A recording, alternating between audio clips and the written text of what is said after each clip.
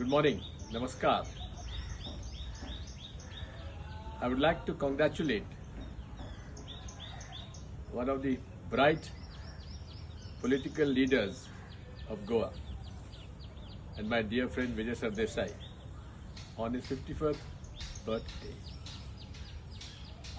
We have been colleagues, friends, and obviously when two politicians meet, there are bound to be issues of difference.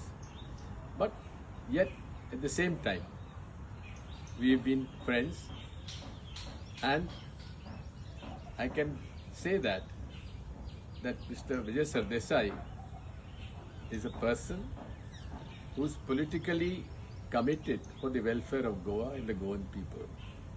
His commitment to the cause is always very creditable, and we respect him for that.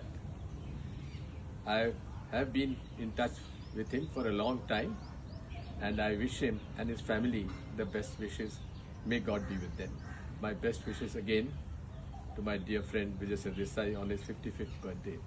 May he live long and live happily. God bless you.